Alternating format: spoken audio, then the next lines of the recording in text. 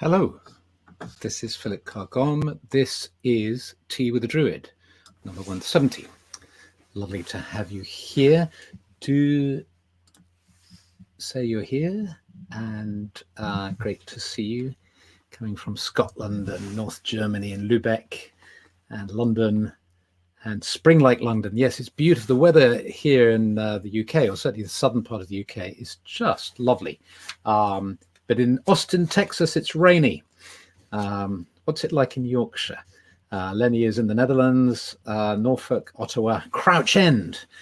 Lovely to see you. Norfolk Island, Mount Shasta. Fantastic. Beautiful, warm Buckinghamshire. Sunny Pender Island. I don't know where Pender Island is. Southampton.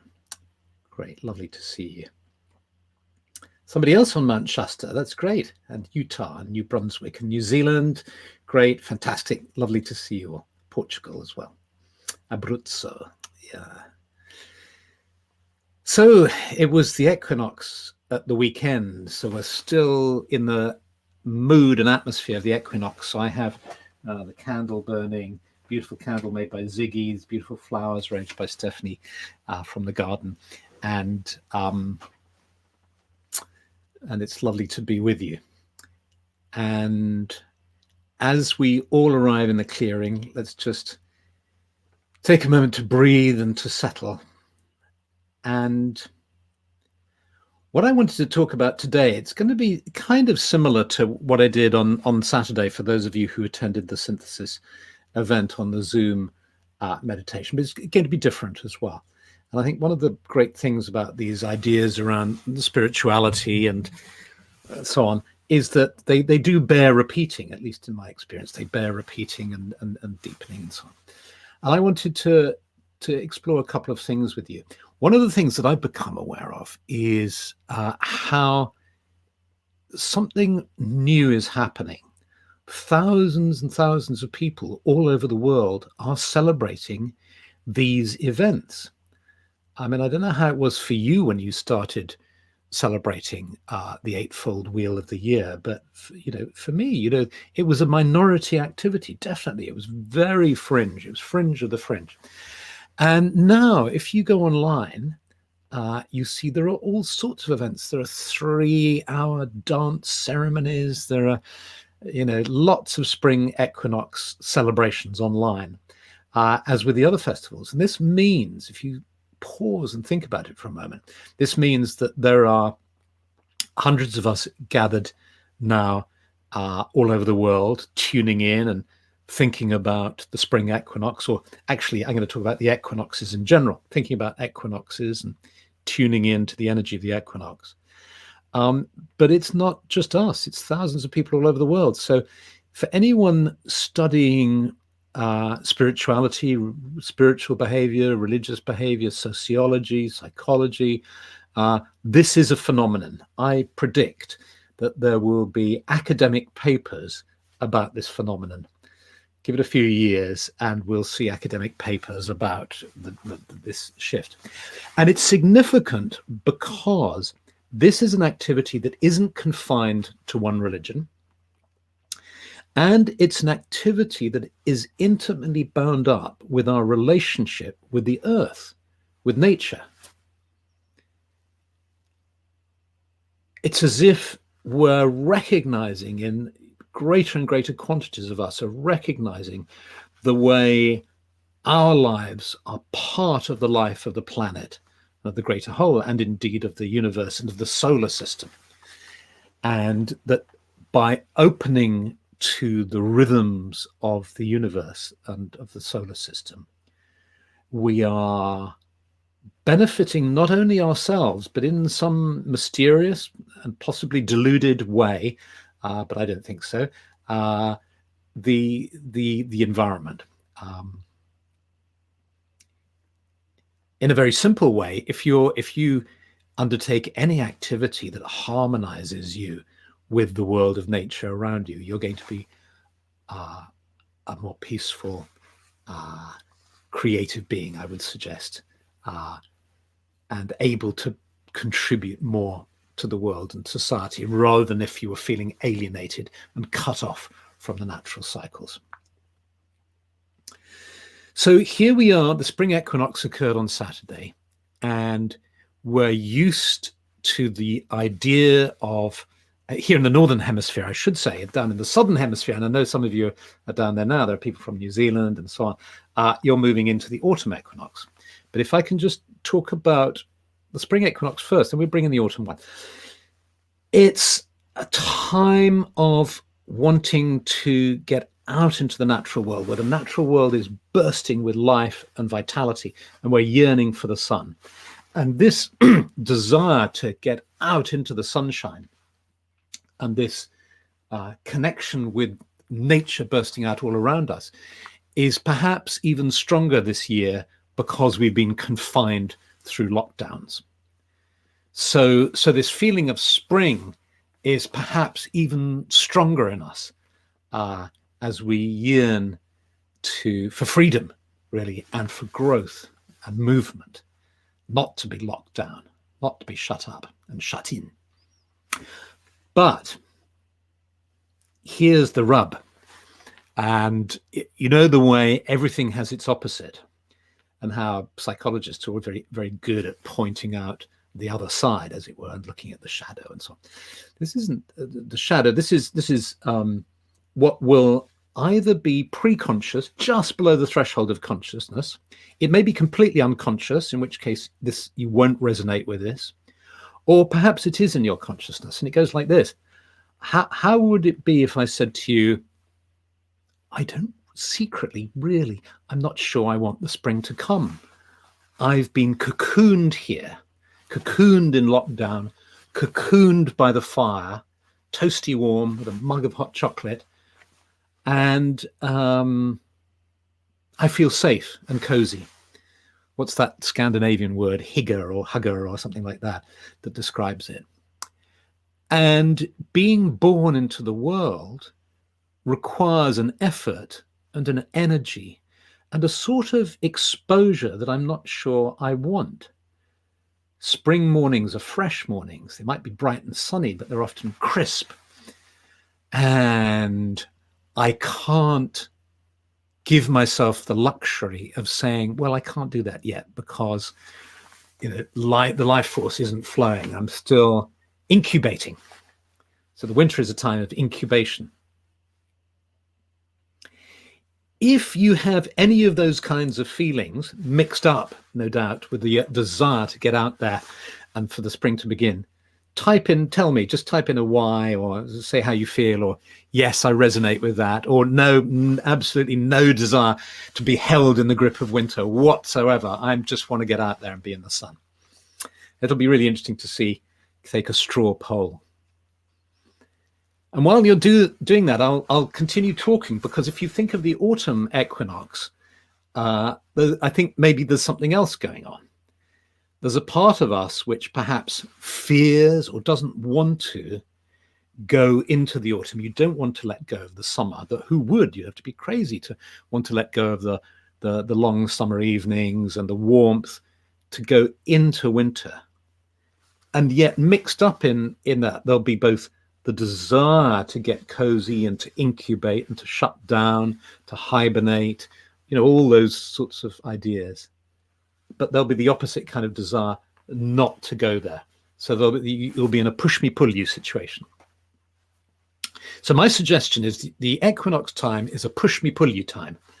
Part of you wanting to go forward, a part of you wanting to hang back, to stay with the energy that you've got used to over 6 months.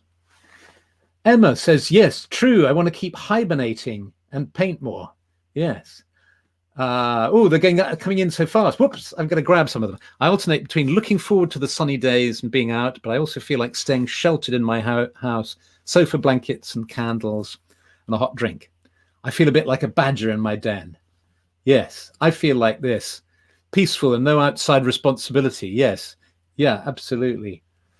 Chloe, however, says, I'm more than ready to get out again. Now, what does Hawk Feather, who's in the desert, say? I live in the desert. And for us here, spring is a sign that the heat of summer is coming. Soon it'll be more than 100 degrees Fahrenheit, and it can be deadly. For me personally, spring is a sign that the bad times are coming. Wow. Gosh, yeah. It's a bit like being in the Middle East, where December, January, February is a sort of delicious, I was reading the other day, 23 degrees centigrade, something like that in places like Qatar, and it's 100 degrees in the summer, or rather 50 centigrade. Yeah. Looking forward to the spring and the resurrection of life. Yes. I live in a little narrow boat and feel like this winter has gone on forever. I bet. I'm loving the brighter mornings and straight out bouncing around. Fantastic. Because that's the other thing about this kind of exploration of feelings and counter feelings and opposites. It's very easy for us to get into the habit of thinking, you know, we ought to be feeling this way, or that we will all feel this way. I mean, we're all fabulously different, and there may well be nothing in the preconscious or the unconscious that's feeling the opposite. Like, you know, being a good environmentalist, the thermostat is set so I'm cold all winter. On Saturday, it was so warm that I opened it. Yay! But I am a bit hermitish. Disagreement here. I love the desert summertime. Franklin says, I dread the fantasy of revving up an economic system that is a danger to climate stability. Yes, that's a really interesting point, Franklin, because it's tied in, if we forget our sort of feelings about warmth and weather and warmth and cold and hibernating and all the rest of it. This period has been one where the economic system has been dampened, and we know that's good for the earth. And so the part of us, this gets really complicated, doesn't it? The part of us that wants to get out there and be in the summer, and then, you know, if you want to follow that logic, you know, go on holiday, do things, travel, move, get in the car, do stuff, go shopping, go out. I'm not saying everybody wants to do this, but that's the energy. Go out and do stuff and make things. That, of course, evokes ideas of contributing to environmental degradation. So aren't we caught in so many competing ideas and feelings? Sandy Bilowicka says, yes and no. I haven't been in lockdown as an essential worker. I've worked throughout the pandemic. It's very stressful and tiring, but I love spring and the new clean life that is emerging. I find that very energizing. Absolutely. There's an incredible energy around. I'm sure we can all feel that, certainly for the spring. And in fact, I think the May is in blossom out here. There's white flowers everywhere on the trees down in Sussex. It's absolutely fantastic. So thank you all for responding to that. I'm really looking forward to reading them, to reading these in detail. But now what I'm going to do is look at this related idea that we tend to talk about equinoxes, both the autumn and the spring equinox, as times of balance. And so we meditate on balance and we tune into balance, and we say that the equinox represents balance because day and night are of equal length. And yes, that is indeed the case. However, it's important to understand, I think, that that balance is only a moment, because in fact, we're tipping in the Northern Hemisphere into the bright half of the year, and tipping into the dark half of the year in the Southern Hemisphere. So it's just as much a festival of movement as it is of balance. And it's this movement that can perhaps produce this counter feeling of reluctance to move, because it's a birth, essentially. At the spring equinox, it's a movement into the outside world, into the outer, if you like. We want to go out of the house. We want to see more things. We want the brightness of the sunshine. We want to see other people. We want to do things in the outside world. And conversely, at the time of the autumn equinox, it's a time of balance, sure. There's a moment when day and night are balanced, but then it lasts but a moment, and actually it becomes a gateway where we tip into the dark half of the year, and then the movement is towards the other world, towards shedding, towards letting go, towards coming inside, both literally and metaphorically, spiritually. That's why it's the time traditionally that, well, it's not why, but coincidentally, or perhaps it is why, I don't know, but university study begins then. You take up studies in the autumn as you spend more time in the dark months inside. So it's time for study. And you don't know how when the spring comes, it's like you're sitting indoors with a book or studying, but the outside calls to you. So let me suggest something that we could do together now to recognize this and to embody this desire,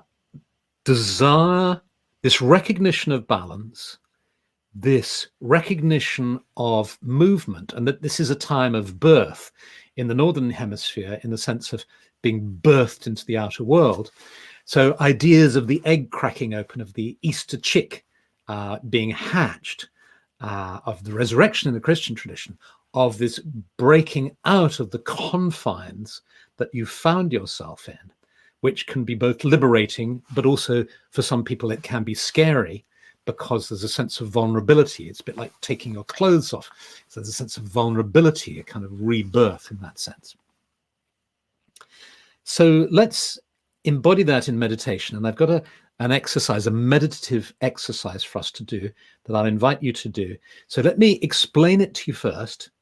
And then having explained it, I'll talk it through in more detail if you want to do it. Of course, you don't have to. You can just sit and watch and listen. But do join me. And there are two ways you can do it. You can either do this standing up or sitting down. If you're standing up, I'm going to move back here. I'm going to move this down to here. Can you see me? Yes. So what I'm going to do is I'm going to take you through an exercise. It comes from Sophrology, and it's just absolutely perfect for this. Sophrology is a mind-body training system that I work with. So what I'm going to invite you to do is close your eyes, really connect with your body, and then to breathe in as you stretch up your right arm. And I'm just going to invite you to stretch up your arm and create tension in your foot. And you can do this easily by just pushing up on the ball of your foot, or if you don't want to do that, you can press down. But just the idea is you're going to try and tense up all the muscles on the right side of your body. So when it comes to your face, you're going to try and tighten up all the muscles on the right side of your face while simultaneously relaxing all the muscles on the left side of your body. So this is a bit like one of the, those exercises where you tap your head and rub your hands. It's kind of weird, but interesting, and just get into it in a mindful way with beginner's mind. I'll invite you to do that a couple of times, and then we'll flip over and do it on the other side. I'll invite you to do it on the other side. And then when you've done that, I'll invite you, and your eyes are closed all the time, so you're going deeper and deeper into a sense of embodiment, embodied meditative state. I'd invite you to breathe in as you stand like this and tense all the muscles in your body. And of course, this movement, you're connecting to all those ideas of the equinox, certainly the spring equinox, of the energy flowing up from the ground, and you're becoming like a tree, like a plant, reaching up to the sky and the sunlight. And then I'm going to invite you to move your arms down like this to this position, and then to move your hands like that from your heart, and then out again. And you can see that either as the long man, that wonderful figure of the long man that we had a film of on Teawith the Druid a few weeks back, where the Obod group has the Anderida Grove has a lovely ceremony of the spring equinox, well, of all the ceremonies there. It's a beautiful figure of the long man. You can see yourself as the long man or long woman, long person. Or if you're a Christian, you might imagine that you're a sort of Christ figure, but it's radiating from the heart outwards, sensing that stability and balance of the equinox. But with this gesture, we're representing movement as well, our movement into the next half of the year, like that. So as we make that final movement, that is a movement of moving into the bright half of the year, or the second half of the year. So if you're up for this, let's oh, and let me just say one thing. If you don't want to or can't do that standing up, there's a way you can do it sitting down. And you simply follow the same instructions. I'll show it here. Do like that. And then I'm sticking my right foot out. You can see the hole in my socks. And stretching my leg out and stretching my arm out. And then I'm doing the other one like that. Boom, ba-dum, ba-dum. Boom, and then you finish like that, and then finish like this. Okay, so here we go. We're working with embodied spirituality. So if you'd like to try, do stand up. And I'm going to stand a bit nearer to the mic. So my invitation now is, if you wish, to close your eyes to better concentrate on yourself. Take in a deep breath, hold for a moment, and then breathe out fully and deeply. Do that one more time in your own time.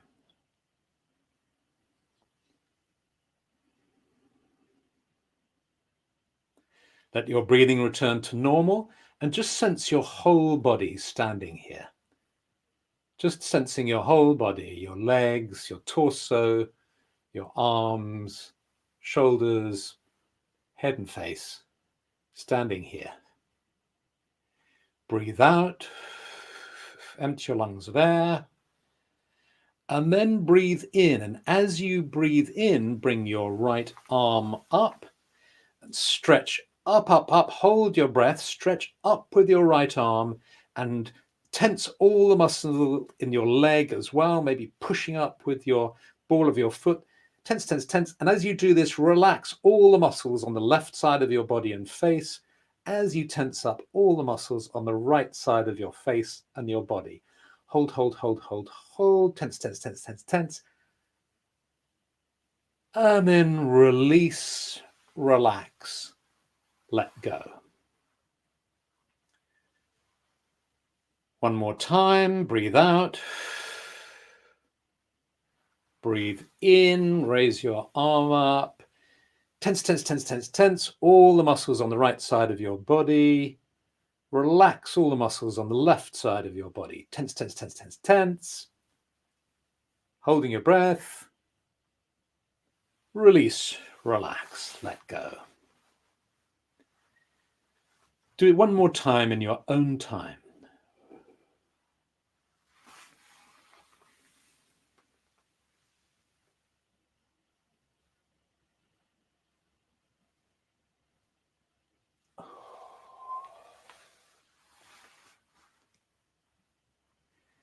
Now move your awareness to the left side of your body. Breathe out. Now breathe in, and as you breathe in, raise your left arm up, stretch up with your left arm, and push with your left leg. Tense all the muscles on the left side of your face and body as you relax all the muscles on the right side of your body.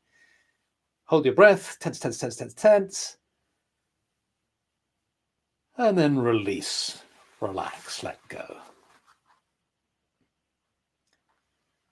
Do it another time. So breathe out, breathe in, and as you breathe in, you raise your arm up. Tense all the left side of your body as you relax all the right side of your body, holding your breath.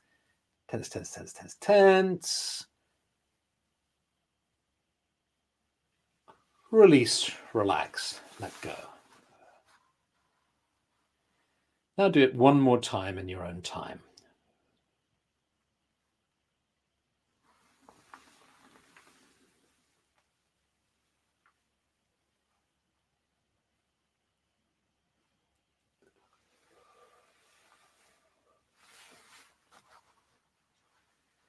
Now breathe out. You're going to do it with both sides of the body.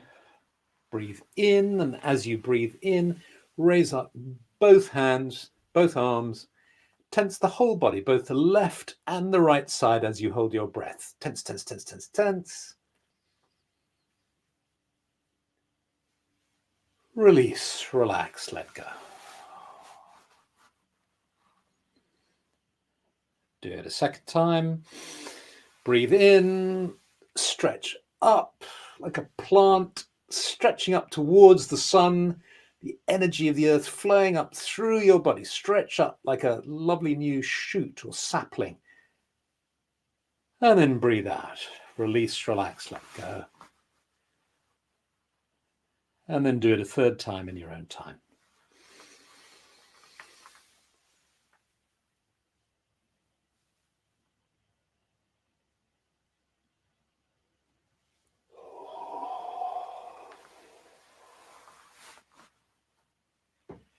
Allow yourself to settle, just noticing whatever you're feeling in your body without thinking about it or judging it.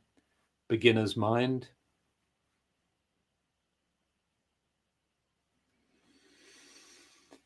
And now gradually just lift your arms up. This time of the equinox, just lift your arms up. Stretch out your arms. You might want to stretch out your palms to create some feeling of stretching. Moving your palms out. And then slowly move your fingertips in to touch your heart, really opening to the heart center now, the heart space. Connect to the heart. And then as you sweep your arms out, sense the light and the love flowing out from your heart, that movement out into the world. Out into the world. And let's do that 2 more times in our own time.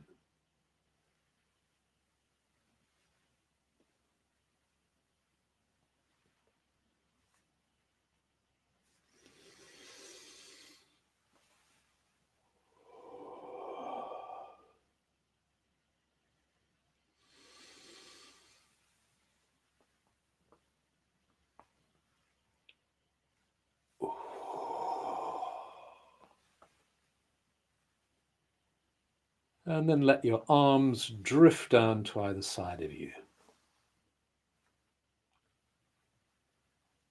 And sense yourself stepping forward now into the next half of the year, wherever you are. And then gently open your eyes and very carefully sit down.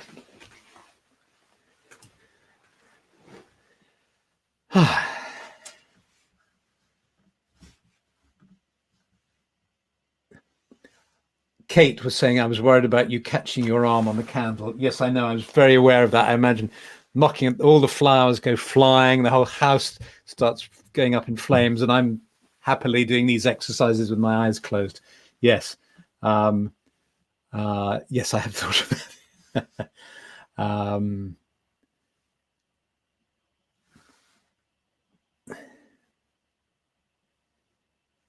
Yes. So I hope you enjoyed that. And I hope you can see why I'm so enthusiastic about sophrology, because there's something about, I mean, particularly for somebody who, who thinks a lot, reads a lot, studies a lot, and it's quite often located in the head, I suppose I'd have to admit, that I like sophrology because it brings me into my body, and it's mindfulness, but mindfulness also working a lot with body and with movement. And Victoria Ivicek is saying that was wonderful. I really felt the balance between the right and left and the happiness of doing both sides together. Yes, it feels good, doesn't it? Linda, oh, I love that energy saying yes. So